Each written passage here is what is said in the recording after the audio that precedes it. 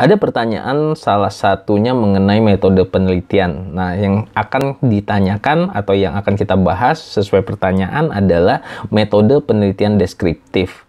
Nah, nanti kita akan coba jabarkan secara rinci apa itu metode penelitian deskriptif. Nah, teman-teman, perkenalkan saya Robi Olendra. Selamat datang di YouTube channel saya.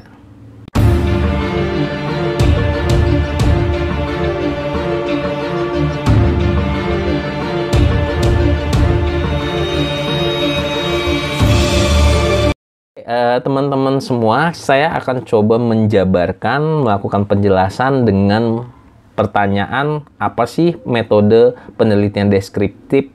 Apakah metode penelitian ini berbeda dengan kualitatif ataupun kuantitatif?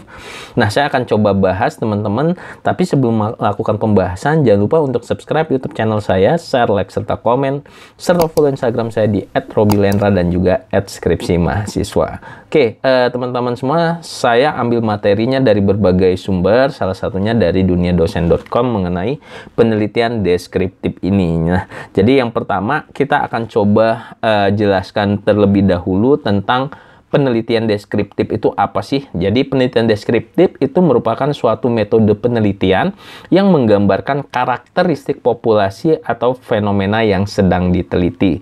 Jadi sebenarnya metode deskriptif itu lebih menggambarkan tentang fenomena dan sifat dari populasi tersebut. Kemudian secara umum bahwa metode penelitian deskriptif ini merupakan suatu cara untuk menjawab apa peristiwa ataupun fenomena yang terjadi saat kamu melakukan penelitian. Nah, ini metode ini sedikit berbeda dengan metode-metode yang lain. Kalau metode yang lain itu lebih fokus ke pembahasan kenapa suatu peristiwa atau fenomena terjadi. Kalau ini menjawab apa peristiwa dan apa fenomena yang terjadi.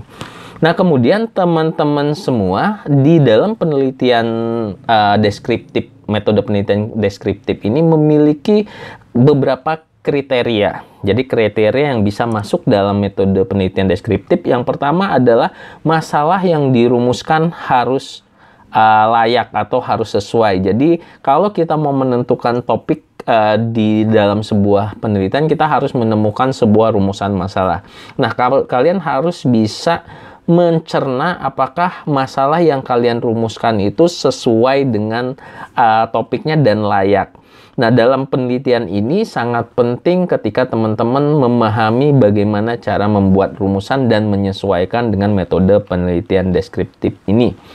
Kemudian yang kedua kriterianya adalah tujuan penelitian tidak boleh terlalu luas. Ketika kalian melakukan penelitian, ya tentunya kalian harus memiliki skop yang memang tidak terlalu cakupannya luas. Jadi kalian bisa buat skupnya misalnya di suatu tempat A, kalian hanya bahas di tempat A saja tanpa menggabungkan tempat B, tempat C, tempat D, dan yang lainnya. Semakin spesifik itu semakin bagus ketika kalian melakukan metode penelitian deskriptif. Kemudian yang selanjutnya adalah terkait dengan data. Data merupakan sebuah fakta. Jadi penelitian lain ya tentunya membutuhkan data. Data itu adalah fakta-fakta yang memang menggambarkan sebuah fakta-fakta yang terjadi di lapangan atau di objek penelitian. Dan untuk mendapatkan data tersebut dalam penelitian deskriptif ini, peneliti harus terjun langsung ke lapangan atau ke objek penelitian dengan melihat sendiri dan mendata data-data sendiri untuk mengambil data-data penelitian kamu. Kalau istilah di teknik pengumpulan data itu kita bisa menggunakan teknik observasi. Kemudian yang selanjutnya kriterianya adalah pembanding harus memiliki validasi. Apa sih maksudnya? Penelitian dengan metode deskriptif tentunya akan memiliki standar yang digunakan sebagai pembanding. Jadi kalau kalian melakukan penelitian deskriptif, kalian harus memiliki pembanding. Nah, standar pembanding ini kemudian penting untuk memiliki validasi.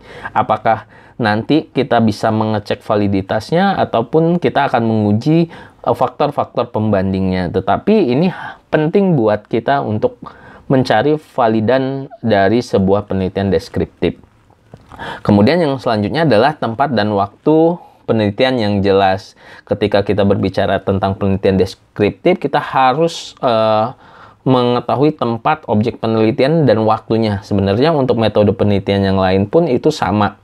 Jadi tempat dan waktu penelitiannya jelas. Tetapi kalau di deskriptif ini ditekankan bahwa karena kita ingin mengambil data secara langsung, jangan sampai nanti pembahasan ketika kita melakukan di semester ini, tiba-tiba di semester ini data-datanya sudah tidak ada lagi, sehingga kita bingung untuk mengambil datanya. Kemudian hasil penelitiannya itu juga dijelaskan secara detail. Sebenarnya secara konsep dengan metode kualitatif atau ada metode deskriptif kualitatif itu menjelaskan detail tentang hasil penelitiannya secara bisa narasi gitu ya, bisa penjelasan dengan faktor-faktor pembanding yang lainnya. Nah, teman-teman harus menjelaskan tentang hasil penelitian itu secara detail. Kemudian ciri-ciri dari penelitian deskriptif ini adalah yang pertama mendeskripsikan variabel. Namanya juga udah penelitian deskriptif, pasti kita harus mendeskripsikan variabel. Jadi variabel yang kita gunakan itu apa, kemudian kita demografi dari penelitian itu, data penelitian itu apa, dan seterusnya. Kemudian yang kedua adalah terdapat hubungan sebab dan akibat. Misalnya ada sebab dan akibat yang harus kita lakukan. Misalnya saya melakukan penelitian ini sebabnya ini, kemudian impact ataupun akibatnya apa itu bakal kita jelaskan secara detail. Kemudian yang ketiga adalah hasil penelitian disajikan sesuai data. Tentunya ini nggak hanya masuk ke penelitian deskriptif saja teman-teman, tapi juga penelitian-penelitian yang lain bahwa hasil penelitian disajikan dengan atau sesuai dengan data. Data dikumpulkan pada periode tertentu. Pastinya ketika kita melakukan penelitian deskriptif sesuai dengan kriterianya tadi, kita harus mengetahui waktu yang jelas atau memiliki waktu yang jelas penelitiannya. Sehingga nanti dapat mengumpulkan data itu sesuai dengan periode. Jadi kalau misalnya kita meneliti di sebuah objek penelitian itu di tahun 2021, ya tentunya semua data di 2001 itu kita ambil. Kemudian wilayah penelitian itu juga fleksibel, teman-teman. Teman-teman bisa lakukan penelitian deskriptif ini di mana saja. Kemudian kalau misalnya tempatnya terlalu besar, teman-teman bisa lakukan pembatasan tempat. Misalnya kalau satu provinsi terlalu besar, kalian bisa ambil satu kabupaten. Satu kabupaten terlalu besar, kalian bisa ambil kecamatan dan seterusnya. Nah, itu gambaran teman-teman mengenai penelitian deskriptif. Jadi penelitian deskriptif itu misalnya ada beberapa contoh yang terdapat dalam sumber ini. Misalnya apa sih dampak, misalnya contoh apa dampak sosial atau dampak siswa terhadap pandemi COVID-19, atau apa dampak sosial masyarakat terhadap pandemi COVID-19 yang saat ini sedang kita sedang kita dapati gitu ya. Nah, itu salah satu adalah penelitian deskriptif. Atau misalnya apa sih dampak terhadap siswa itu tentang pembelajaran online karena pandemi dan seterusnya. Nah, itu contoh-contoh penelitian deskriptif ini teman-teman bisa cari referensinya di jurnal-jurnal yang membahas tentang penelitian deskriptif. Nah, mungkin itu saja teman-teman penjelasan mengenai penelitian deskriptif. Kalau mungkin agak banyak teorinya, nanti teman-teman bisa komen saja langsung di YouTube channel saya boleh, atau di Instagram saya juga boleh, di @robilendra dan juga @skripsimahasiswa. Mudah-mudahan video yang saya buat ini bermanfaat buat teman-teman semua. Kita ketemu lagi di video-video selanjutnya. Jangan lupa subscribe YouTube channel ini, share, like, serta komen. Terima kasih. Saya tutup. Assalamualaikum warahmatullahi wabarakatuh.